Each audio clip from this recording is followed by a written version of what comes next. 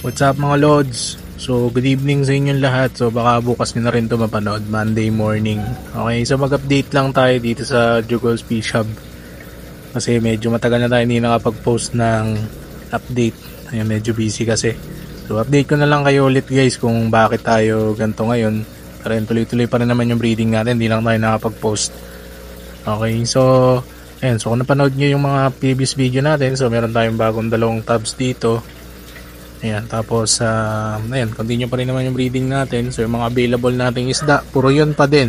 Okay, so meron tayong PKBM, meron tayong Dark Choco. Ayan, ito hindi for sale, huwag nyo na itanong. Ayan.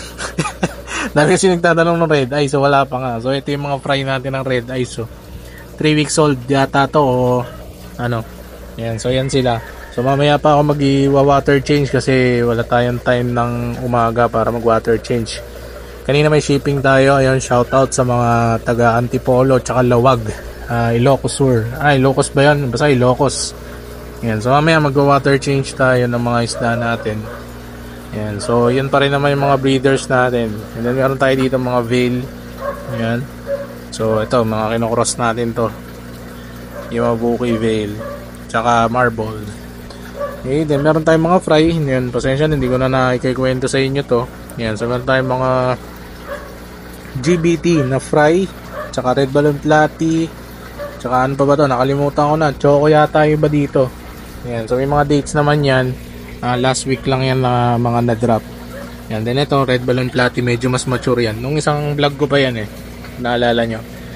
Yan, yan, ito yung mga veil natin na hindi ko pa sure kung ano sila, kung nag-veil lahat. Ayan, pero ayan, sana. Ayan, so yung mga nag-request ng veil pag hindi mo order. Ayan, anyways.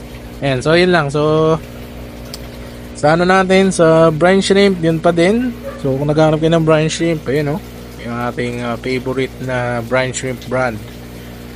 Ayan, and ayan, GBT natin paubos na. Yung AGBT, albino. Yun pala, yung fry ko ng GBT dito, hindi albino to. Ayan. So, andito yata yung albino GBT ko. Ayan. Yun pala, hindi pala sila choco. AGBT yun. Ayan. So, meron na lang yata akong dalawang pair na lang ng GBT, tapos Yamabuki na iba. Then, ito yung mga pinabibilog ko ng mga cheetah. Ayan. So, may ilang batch kasi ko ng cheetah na o yung iba tiger or kung ano man, trico, kung ano man tawag nyo dyan, basta yan yung pattern nya. Ayan, iba kasi tawag ng mga customer so kung ano yung tawag nyo, basta yan yung pattern nila, yung bibigay ko sa inyo. Ayan, so yun guys, minibreed pa natin. So meron akong ilang batch dyan, so meron pa dun sa baba, tsaka dito, tsaka sa labas. Tapos sa fry natin, ayun, marami pa tayong PKBM din. PKBM, napakadami natin PKBM. Ito, ayan. Ayan. Sobra natin daming PKBM. So, magsa-sale tayo soon. Kaya, keep in touch lang mga Lods. Ayan. Dark Choco, meron pa tayo. Meron pa tayo sa labas, Dark Choco. Ayan. So, napakadami natin PKBM. Ayan. Okay. And, dito sa update natin dito, sa ating 2 big tubs. So, kumuha na ako ng bagong filter. So iba yung niya iba yung pagkakagawa niya. Nakalimutan ko ng brand to. Pero mura lang naman yan, around 200 lang. Actually namumurahan nga ako dito kasi parang hindi nga siya 200, 190 something lang. 20 watts na. Okay. So ito filtration lang naman. So hindi mainam yung biological niyan. Kaya tinambakan ko siya ng ceramic muna doon sa ilalim. Bucky rolls tsaka ceramic rings. Ayan. So din sa kabila. So meron kasi yung mga sinisid na mga biological filter dun sa mga outdoor tubs. Ayan, para in case na kailangan ng ganito, ng tulong sa loob, ma-handle nila. Kasi ito guys, yung 20 watts na 1500 flow rate, mukhang hindi naman siyang true rated. Kaya hindi niya kinakaya mag-filter nito 160 liters na tub. Ayan, so hirap siya. Ayan, kaya ito, wina-water change ko araw-araw. Kita nyo naman, malabo na yung tubig. Ayan. Pero kasi ang lakas ko magpakain dito.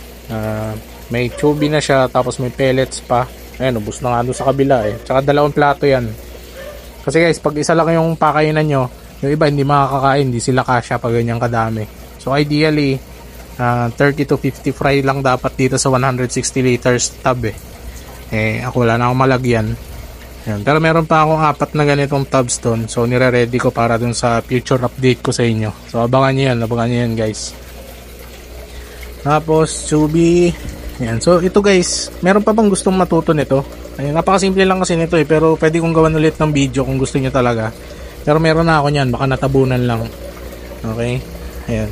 So yun lang guys, so medyo pasikip na tayo ng pasikip dito. Kailangan na natin mag-expand, kaya abangan nyo yung mga update natin. Baka ayun, so may sale tayo or ayun, tingnan natin, diba? So kung gusto nyo ng sale, comment down below, sale. Tingnan natin kung ilan yung may gusto ng sale, okay? Ayun lang. Ayun, ano pa ba? Ayun lang naman, marami tayong PKBM. Ito pa, PKBM. Ang ganda nyan. Ayan, so ayun, comment down below lang, say hi. Ayan, nakakatuwa naman. So nakakapagod magtrabaho, pero kung marami nagko-comment tsaka nagla-like sa video, yun, nakakapawi ng pagod. And ano pa ba? So ayun lang guys, maraming salamat sa panonood. Update na lang tayo sa ibang araw. Don't forget to like and subscribe and follow. Yun lang, maraming salamat.